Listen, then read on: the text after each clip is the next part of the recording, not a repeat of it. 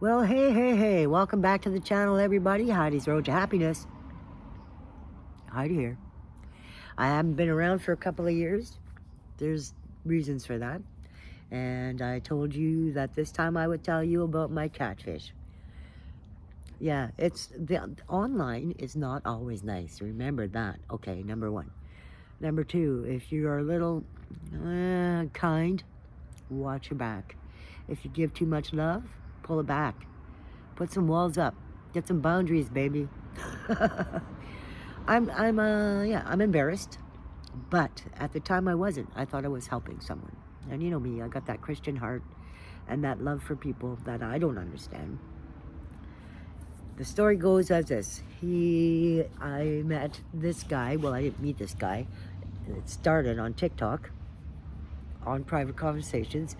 And I talked to him for about a year, or maybe 6 months, and then all of a sudden he disappeared. I didn't know what happened to him. I don't really care. It's just some dude on the internet. The next time he contacts me, he's supposedly stuck in Israel, Jerusalem to be exact. And supposed got there on Borders, Doctors Without Borders. And then he got left behind. And in turn, he didn't bring proper stuff because he thought he was just going to be 2 weeks and then back, right? So that's all a lie. But I didn't realize that.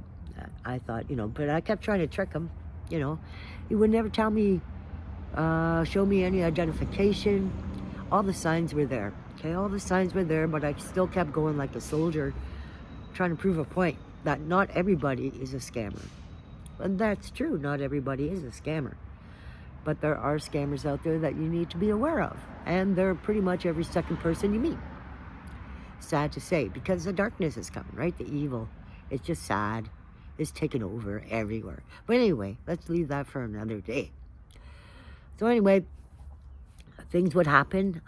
He had no money for food, so I sent it down. In the meantime, he's paying for his place as well. And I'm like, how are you doing this? He's like, I'm not. It's a big bill. It's just a big bill. And the guy's getting a little weird. And then he caught malaria twice. And then he broke his phone. And then, anyway, it went on and on. It went on for about 8 months. Till it got to the point where, and I was handling it okay, until it got to the point where I wasn't. First time in my life, I had to be late on rent. My ex knew something was going down, and he was worried because I was getting kind of skinny. But I did change my diet, But I wasn't eating a lot either. It came to the point where, okay, that's it. But I had got him home. I promised him in the beginning that I would get him back to the States because he's got a kid and she's got issues and whatever. And I just couldn't stand to think of some man not being with his child, some child not being with their father, and he's trying to help and he got screwed over. Well, that's not really what happened. I was trying to help and I got screwed over. That's about all I want to talk about in that aspect. There's my neighbor. But yeah, so that's kind of how it went down. At the end, I was pretty much a lunatic. I wasn't that far behind on anything. I caught up within a month and a half, 2 months, and everything was okay. My family helped me out. And they just kept looking at me going, what are you doing? What are you doing? Well, my sister got a little weird. She was very upset and worried. Didn't really show it in the right way, but that's okay. She cared. She loved me. She cared. But during that time, I was very sad because I was feeling stupid. And then after, even more stupid. But that's okay. Hi, welcome home. So, through the summer of this time, I had no money. No money whatsoever. And I didn't know what to do with myself because I'm stuck here. Now, my backyard had a fire pit. That's about it. And I needed something to do with my time because lots of things changed in my life, so I was not as busy as I was. And that's okay, too. A lot of realizations there as well. But what I had done was I decided to get creative. My landlord said he was going to tear down the back shed. Okay, now this is what I did while I was being tormented by some asshole. Okay, here we go.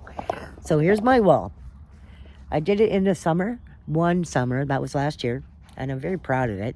It's got some 3D things going on, all kinds of weird stuff. But here we go. There's the first panel. Here's the waterfall. There's some birdhouses there. Waterfall goes up. I really don't know what this looks like because I can't see it. But then I got a few other things. It's very messy today. I haven't been out here for a while. But I really tried to give my little landscape a piece of oasis feeling.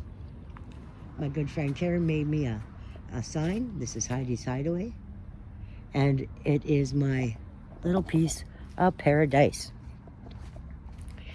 So during that time when I was being used and feeling used and feeling upset with myself and feeling full of anguish because what am I doing? What's going on? Why is the world so horrible? I just want to help somebody. And I got used, and that's okay. Nobody made me feel bad. Nobody really made me feel stupid. My sister I had to look at twice. I was like, but other than that, I got the respect from the ones I love. The weird part was that when he got back to the States, he still needed more money. Just wanted me to keep dishing. So I cut him off for a while. Then I brought him back online. And once again, he just asked me for money. And I'm like, no. So I cut him off again. Brought him back again for the last time. He's still there. So this time, he's like, oh, I can pay you back. I'm like, yeah, sure you can pay me back. He goes, all you got to do is take my land. I got to get this land out of my name, and you can sell it. Keep your money, send me the rest, because I owe the IRS. I'm like, oh, fuck. What the hell do you think this is? I'm not that stupid. Hello? Anyway, so that's still ongoing. I leave him there. I leave him on my feed so I can bother him every once in a while. How's it going? Because he called himself a doctor. I'm like, why are you asking an old broad in Canada for your money? I don't have any money. But I gave what I could. I tried to be a good person, but I'm not going to let that bother me. Because not only did I come up with some creative plans for my own backyard, my oasis, and this is where I spend all my time. It's safe back here. It's safe. It's mine. It's comfort. It's my home. So I also learned if I can give away 10 grand, I could probably save 10 grand or do stuff that I enjoy. So this is the back part. Like, there we go. Now I got me some chairs around my fire pit. I got a swing. I've always wanted a swing. And then I got this one too. It's a glider for 25 bucks from a yard sale. My life is rocking, people. I'm a happy Heidi. It took so long to get to this happy part. But you got to also remember, happiness is a choice. It comes from within inside. Well, I hope you come back. I'm going to be here for a while, chatting with y'all. Have a nice day. And don't feel bad about getting taken. Take it as a grain of salt. And understanding that, you know, you tried. Love ya.